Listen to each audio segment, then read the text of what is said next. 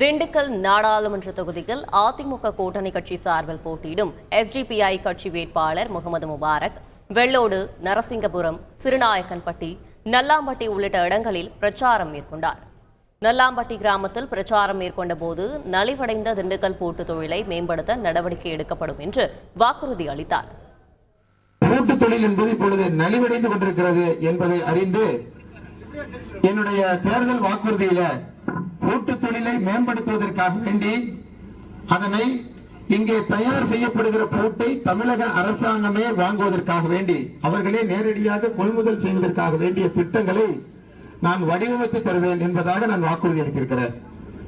அதுபோல இந்த பூட்டு தொழிலை நவீன உபகரணங்களை கொண்டு, நவீன கண்டுபிடிப்புகளை கொண்டு அந்த தொழிலை மேம்படுத்தி இங்கே அதற்கான ஒரு ஆராய்ச்சி நிலையத்தை கொண்டு வந்து பூட்டு தொழிலை மேம்படுத்துவதன் மூலமாக ஒரு வருமானத்தையும் மேம்படுத்துகிற வகையில் நல்லாம்பட்டியிலேயே அதை செயல்படுத்துவதற்கான நடவடிக்கைகளை நான் மேற்கொள்வேன் என்று நான் வாக்குறுதி அளித்திருக்கிறேன்.